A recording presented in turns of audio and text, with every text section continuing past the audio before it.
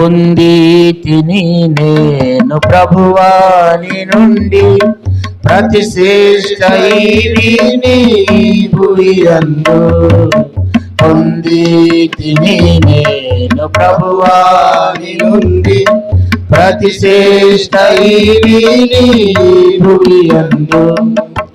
జీవిత యాత్రలో సాగి వచ్చితిని, జీవిత యాత్రలో సాగి వచ్చితిని. ఇంతవరకు నాకు తోడైయుండి, ఇంతవరకు నాకు తోడైయుండి.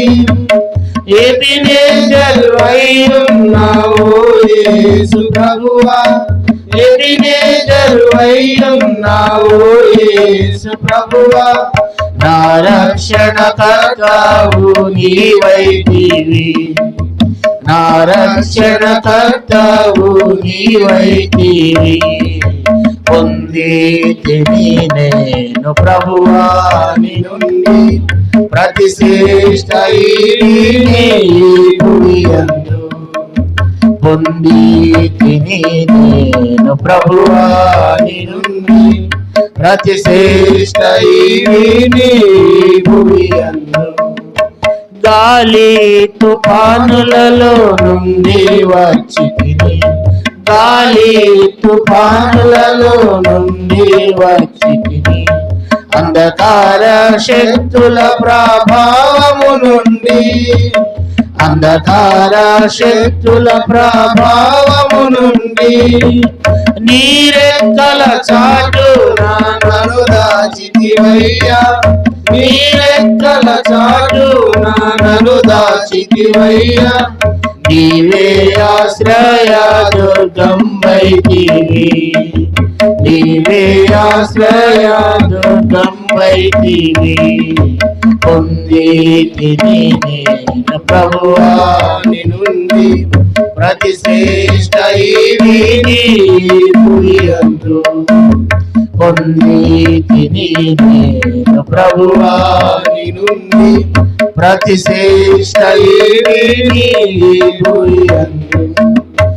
నీ ప్రేమ చేత ధన్యుడనైతిని, నీ ప్రేమ చేత ధన్యుడనైతిని. కృతజ్ఞతాస్తుతులు చెల్లించెదను, కృతజ్ఞతాస్తుతులు చెల్లించెదను.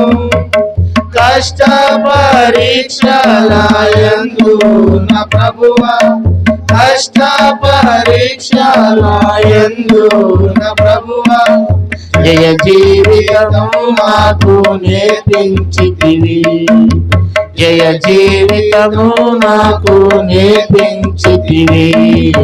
పొంది తిని నేను ప్రభువాని నుండి ప్రతిశ్రేష్ట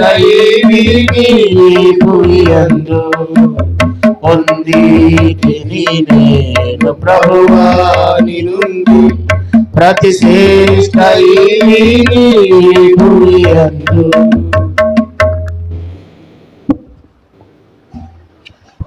మొదటి సమూయేలు గ్రంథము, మొదటి సమూయేలు గ్రంథము 7వ అధ్యాయము, మొదటి సమూయేలు గ్రంథం 7వ అధ్యాయము 12వ వచనం. అప్పుడు సమూయేలు ఒక రాయి తీసి మిస్పాకును షేనుకును మధ్య దాన్ని నిలిపి, ఇంతవరకు యెహోవా మనకు సహాయం చేసినని చెప్పి దానికి ఎబెనేజర్ అని పేరు పెట్టింది. దేవుడి మాటల ద్వారా మనతో మాట్లాడి సహాయం చేయనుగాక.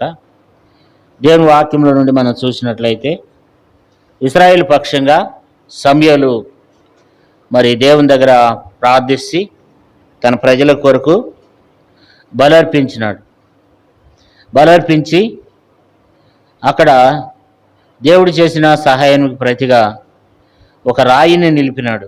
ఒక రాయిని నిలిపి ఏమన్నాడంటే 12వ వచనంలో, అప్పుడు సమూయేలు ఒక రాయి తీసి మిస్పాకును షేనుకును మధ్య దాన్ని నిలిపి, ఇంతవరకు యెహోవా మనకు సహాయం చేసినని చెప్పి దానికి ఎబెనేజర్ అని పేరు పెట్టెను.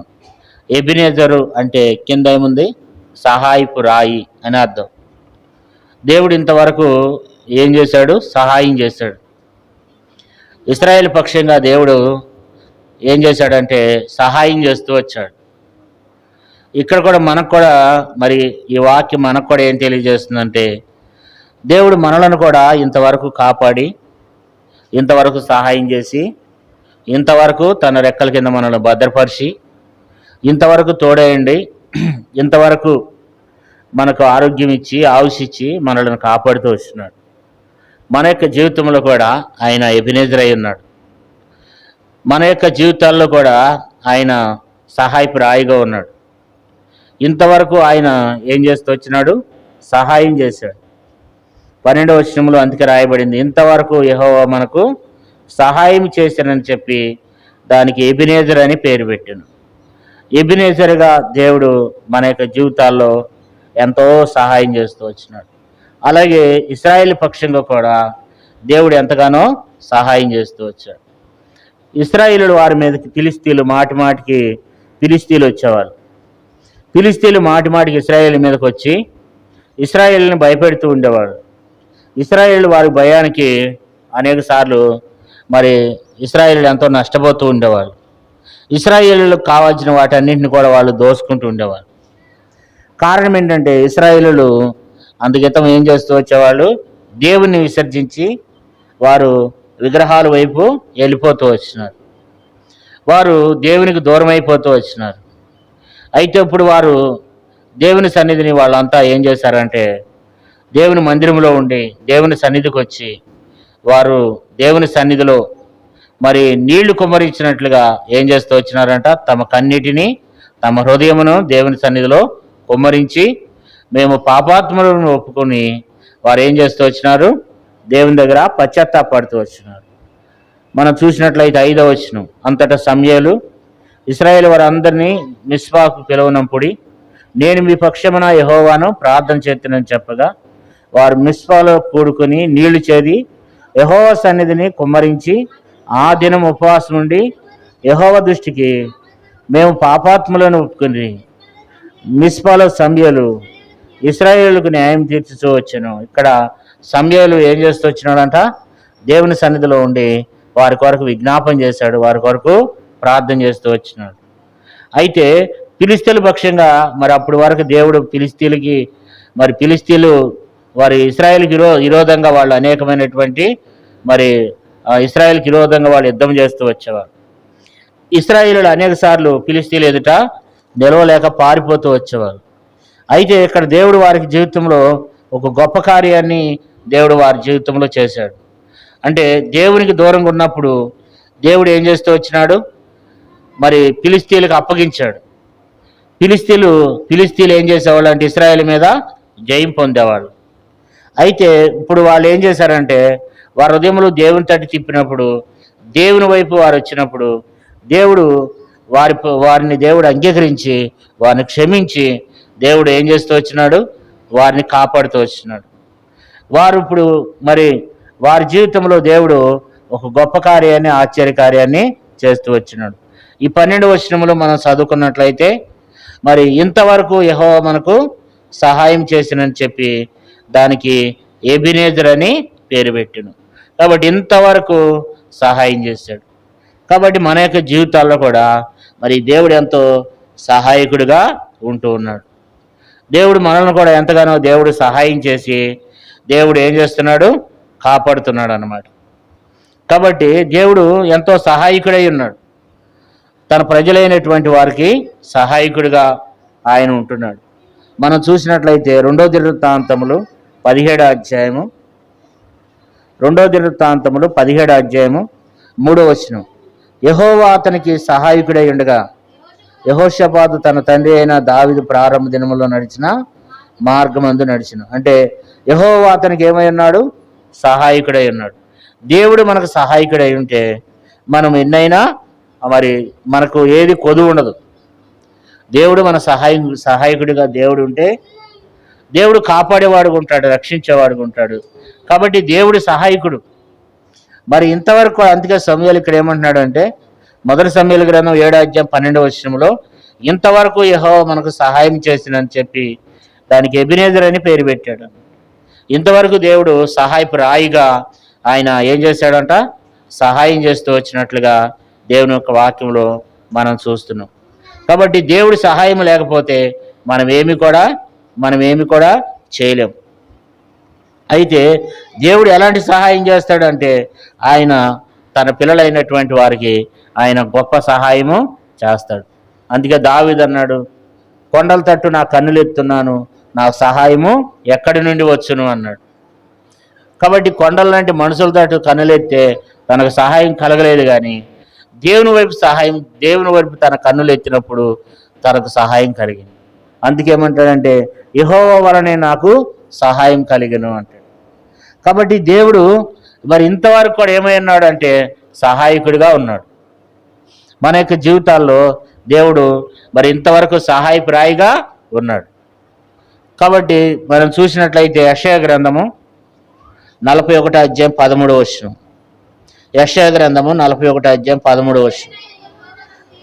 నీ దేవుడైన యెహోవానగు నేను, భయపడకము, నేను నీకు సహాయం చేసేదనని చెప్పుచు నీ కుడి చేతిని పట్టుకొనిచున్నాను. ఇక్కడ మనం చూస్తే దేవుడు ఏమంటున్నాడంటే యెషయా గ్రంథము 41 అధ్యాయము 13వ వచనములో, నీ దేవుడైన యెహోవానగు నేను, భయపడకము, నేను నీకు సహాయం చేసేదనని చెప్పుచు నీ కుడి చేతిని పట్టుకుని ఉన్నాను. దేవుడు ఎలాంటి వాడంటే సహాయం చేసేటువంటి దేవుడు అన్నమాట. ఎలాంటి సహాయము? చేతిని విడిచిపెట్టినటువంటి సహాయం అన్నమాట. చేతిని పట్టుకుని ఎడవకుండా సహాయం చేస్తూనే ఉంటాడనమాట కదా.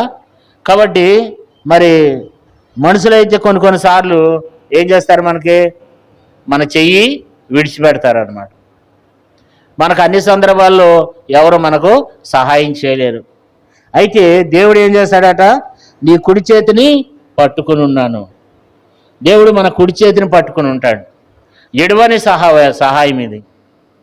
ఎల్లప్పుడూ సహాయం చేసే దేవుడు, ఎడవని సహాయం, కుడి చేతిని పట్టుకుని ఉన్న సహాయం కదా.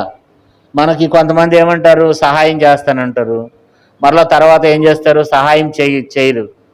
అప్పుడు ఏమంటాం మనం, అన్న హ్యాండ్ ఇచ్చాడన్న అంటాం. హ్యాండ్ ఇవ్వటం అంటే ఏంటి, ఇడిచిపెట్టి చేసాడని అర్థం కదా. కానీ దేవుడు ఎలాంటి వాడట, నేను నీకు చదువుకుందాం చూడండి 41:13. నీ దేవుడైన యెహోవానగు నేను, భయపడకము, నేను నీకు సహాయం చేసేదనని చెప్పుచు నీ కుడి చేతిని పట్టుకుని ఉన్నాను. కాబట్టి ఈ సహాయం ఎలాంటిదంటే కుడి చేతిని పట్టుకుని ఉన్నటువంటి సహాయం, చెయ్యి విడవనటువంటి సహాయం, అన్ని వేళలా మనకు సహాయం చేసేటువంటి చేతులు కదా, కుడి చేతిని పట్టుకున్నటువంటి సహాయం. మరొక సహాయాన్ని మనం చూసినట్లయితే చూడండి, 2వ దినవృత్తాంతముల గ్రంథము, 2వ గ్రంథము 32వ అధ్యాయము 7వ వచనం. 2వ దినవృత్తాంతంలో 32:7. మీరు దిగులు పడకడి, ధైర్యం విడవకడి, అశ్షూరు రాజుకైనను అతనితోనున్న మీరు భయపడవద్దు, విస్మయం ఉండవద్దు. అతని కలిగి ఉన్న సహాయం కంటే ఎక్కువ సహాయము మనకు కలదు. ఇక్కడ మనం చూస్తే అశ్షూరు రాజు కలిగినటువంటి సహాయం కంటే మనకు ఎక్కువ సహాయము కలదు. అంటే మన సహాయం ఎలాంటిదంటే మాంస సంబంధమైనటువంటి సహాయం కాదు. అశ్షూరు రాజు సహాయం ఎలాంటిది, అది శరీర సంబంధమైనది, అది శరీర సంబంధమైనటువంటి అంగు. కానీ దేవుని సహాయం ఎలాంటిది, 8వ వచనం చూడండి, 8వ వచనం. మాంస సంబంధమైన బాహువే అతని కండ, మనకు సహాయం చేయుటకును మన యుద్ధములను జరిగించుటకును మన దేవుడైన యెహోవా మనకు తోడుగా ఉన్నాడని చెప్పగా జనులు యూదారాజు అయిన హిజ్కియా చెప్పిన మాటలు యందు నమ్మిక ఉంచిరి. మనకు ఎలాంటి సహాయం అంట, మాంస సంబంధమైన బాహువే అతని కండ, మనకు సహాయం చేయుటకు మన యుద్ధములను జరిగించుటకును మన దేవుడైన యెహోవా మనకు తోడుగా ఉన్నాడు. కాబట్టి మనకు కలిగే సహాయం ఎలాంటిదంటే దైవ సంబంధమైనటువంటి సహాయం. మనకు కలిగే సహాయం ఎలాంటిది, దీంట్లో వాటము లేదు, ఈ సహాయంలో వాటము లేదు. మనకు కలిగిన సహాయం ఎలాంటిదంటే దైవ సంబంధమైనటువంటి సహాయము, ఆత్మ సంబంధమైన సహాయము. కానీ అష్షూరు రాజుకున్నటువంటి సహాయం ఏంటంట? మాంస సంబంధమైనటువంటి సహాయము, బలము. కానీ మన సహాయం ఎక్కడిది? మనకు ఆత్మ సంబంధమైనటువంటి సహాయం. ఈ సహాయం ఓటంలో నీకు రాదు, ఎప్పుడు విజయమే కలుగజేస్తుంది. కాబట్టి అలాంటి సహాయం చేసే దేవుడు. అందుకని సమూయేలు ఏమంటున్నాడంటే, ఇంతవరకు యెహోవా మనకు సహాయం చేసినని దానికి ఎబెనెజర్ అని పేరు పెట్టాను. ఇంతవరకు దేవుడు ఎబెనెజర్గా ఏం చేస్తూ వచ్చినాడంట? సహాయము చేస్తూ వచ్చాడు కదా. కాబట్టి ఒకటి ఎల్లప్పుడూ ఎడవనటువంటి సహాయము, కుడి చేతిని పట్టుకున్నటువంటి సహాయము. రెండో సహాయం ఎలాంటిదంటే ఆత్మ సంబంధమైనటువంటి దైవ సంబంధమైనటువంటి సహాయము మనకుందని దేవుని వాక్యంలో మనం చూస్తున్నాం. కాబట్టి దేవుని యొక్క సహాయం ఎలాంటిదంటే అది దైవ సంబంధమైనటువంటి సహాయము. కాబట్టి ఈ సహాయము మరి ఎప్పుడు కూడా దాని ఆ సహాయము మరి అది ఎప్పుడు కూడా మనకు అపజయాన్ని తీసుకురాదు, కానీ అది వెళ్ళవేళలా ఏం చేస్తుందంటే మనకు విజయాన్ని తీసుకుని వస్తుంది దేవుని బిడ్డలారా. మరొక సహాయాన్ని మనం చూద్దాం. చూడండి దేవుడు ఎలాంటి సహాయకరమైన వాడై ఉన్నాడంటే, చూడండి 86వ కీర్తన 17వ వచనం చదవండి. 86:17 యెహోవా నీవు నాకు సహాయకుడివై నన్ను ఆదరించుచున్నావు. నా పగవారు చూసి సిగ్గుపడినట్లు శుభకరమైన ఆనవాలు నాకు కనపరచుము. ఇదొక సహాయం. ఇదే సహాయం అట, యెహోవా నీవు నాకు సహాయకుడివై నన్ను ఆదరించి ఉన్నావు. ఆదరించే సహాయం, ఇది ఆదరించేటువంటి సహాయం. కాబట్టి దేవుని సహాయం ఎలాంటిదంటే ఆదరిస్తుంది, బలపరుస్తుంది, ఆదరించే సహాయం. అందుకే కీర్తనకారుడు అంటాడు, మరి నువ్వు నన్ను ఏం చేస్తూ వచ్చావు? ఆదరిస్తూ వచ్చావు. యెహోవా నీవు నాకు సహాయకుడివై నన్ను ఆదరించుచున్నావు. ఆదరించేటువంటి సహాయం, ఓదార్చే సహాయము, బలపరిచేటువంటి సహాయం. కాబట్టి ఇలాంటి సహాయము అది చాలా శ్రేష్టమైనటువంటి సహాయం కదా. అలాంటి మరి మంచి సహాయము దేవుడు మనకు ఏం చేస్తున్నాడు? ఆయన మనకు అనుగ్రహిస్తున్నాడు అన్నమాట. హెబ్రీయులకు రాసిన పత్రిక 2వ అధ్యాయము 18వ వచనం. హెబ్రీయులకు రాసిన పత్రిక 2వ అధ్యాయము 18వ వచనం. తాను శోధింపబడి శ్రమ పొందిన గనుక శోధింపబడి వారికి సహాయం చేయగలవాడివై ఉన్నాడు. ఇక్కడ మనం చూస్తే 2వ అధ్యాయము 18వ వచనం. తాను శోధింపబడి శ్రమ పొందిన గనుక శోధింపబడి వారికి సహాయం చేయగలవాడై ఉన్నాడు. కాబట్టి ఇది శోధనలో సహాయం చేసేటువంటి సహాయం, శ్రమలో కష్టాల్లో సహాయము చేసే సహాయం అన్నమాట. శ్రమల్లో, కష్టాల్లో, శోధనలో, బాధల్లో సహాయం చేసే దేవుడు. ఇక్కడ అందుకని హెబ్రీయులకు రాస్తూ అపోస్తలుడైన పౌలు అంటాడు 2వ అధ్యాయం 18వ వచనంలో, తాను శోధింపబడి శ్రమ పొందిన గనుక శోధింపబడి వారికి సహాయం చేయగలవాడై ఉన్నాడు. అంటే ఎవరైతే శ్రమలో ఉన్నారో, ఎవరైతే శ్రమల చేత బాధపడుతున్నారో వారికి దేవుడు ఏమై ఉంటాడు? సహాయకుడై ఉంటాడు. ఎవరైనా శ్రమల్లో బాధపడుతుంటే, ఎవరైనా ఇబ్బందుల్లో ఉంటే మనము వారి దగ్గరికి వెళ్ళగలమా?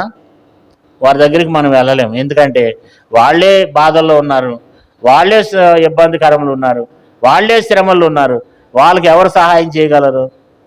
అయితే దేవుని వాక్యం మనం చూసినట్లయితే అపోస్తలుడైన పౌలు అంటాడు, తాను శోధింపబడి శ్రమ పొందిన కనుక శోధింపబడి వారికి సహాయం చేయగలవాడై ఉన్నాడు. ఎవరైతే శోధనలు ఉంటారో, ఎవరైతే శ్రమలో ఉంటారో వాళ్ళకి దేవుడు ఏం చేస్తాడంట? సహాయము చేస్తాడంట కదా. ఎంత మంచి సహాయం మన దేవుడు. కాబట్టి ఇప్పుడు మనం చూస్తూ వచ్చాము, మరి చేయి పట్టుకునేటువంటి, కుడి చేతిని పట్టుకున్నటువంటి సహాయము, ఎడవనటువంటి సహాయము, తర్వాత దైవ సంబంధమైనటువంటి, ఆత్మ సంబంధమైనటువంటి సహాయము, ఆదరించే సహాయము, శ్రమల్లో శ్రమల్లో సహాయం చేసేటువంటి సహాయము, శ్రమల్లో ఉన్నప్పుడు, శోధనలో ఉన్నప్పుడు సహాయం చేసేటువంటి దేవుడు. కాబట్టి అలాంటి సమయాల్లో ఆయన మనకేం చేస్తాడు? సహాయం చేస్తాడు అన్నమాట. అంతేకాదు మరి ఇంకొక సహాయాన్ని మనం చూసినట్లయితే 46వ కీర్తన గ్రంథం 46వ కీర్తన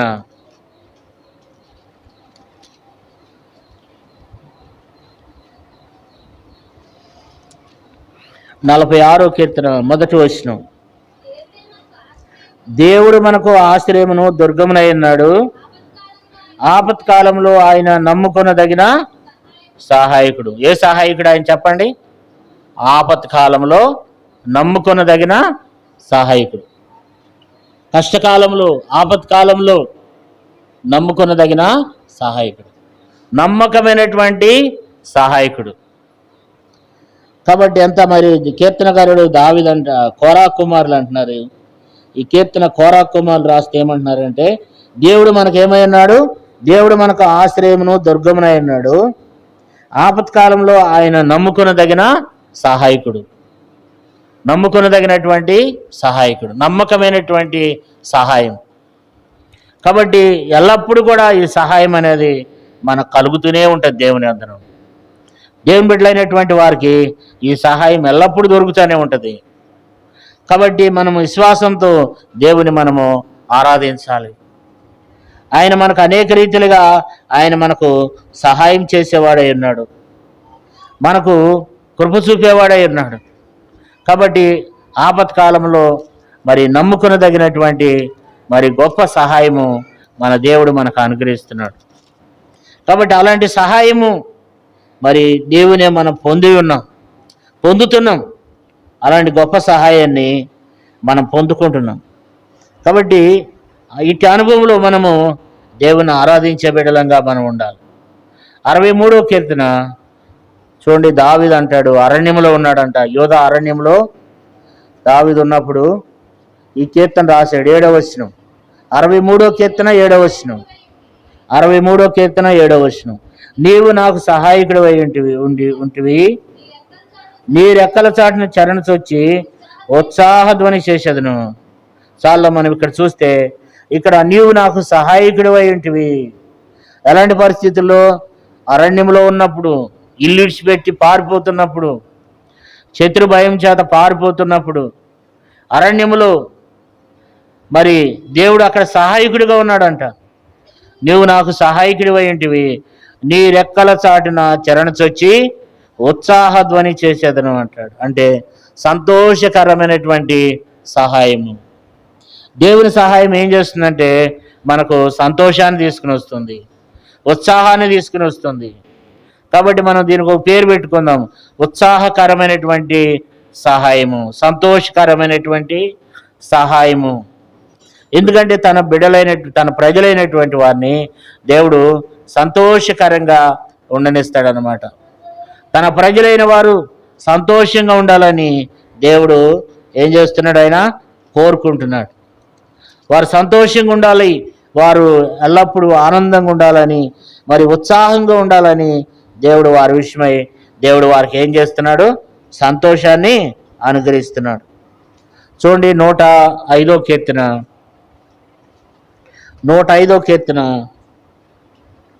43వ వచనం చదువుకుందాం.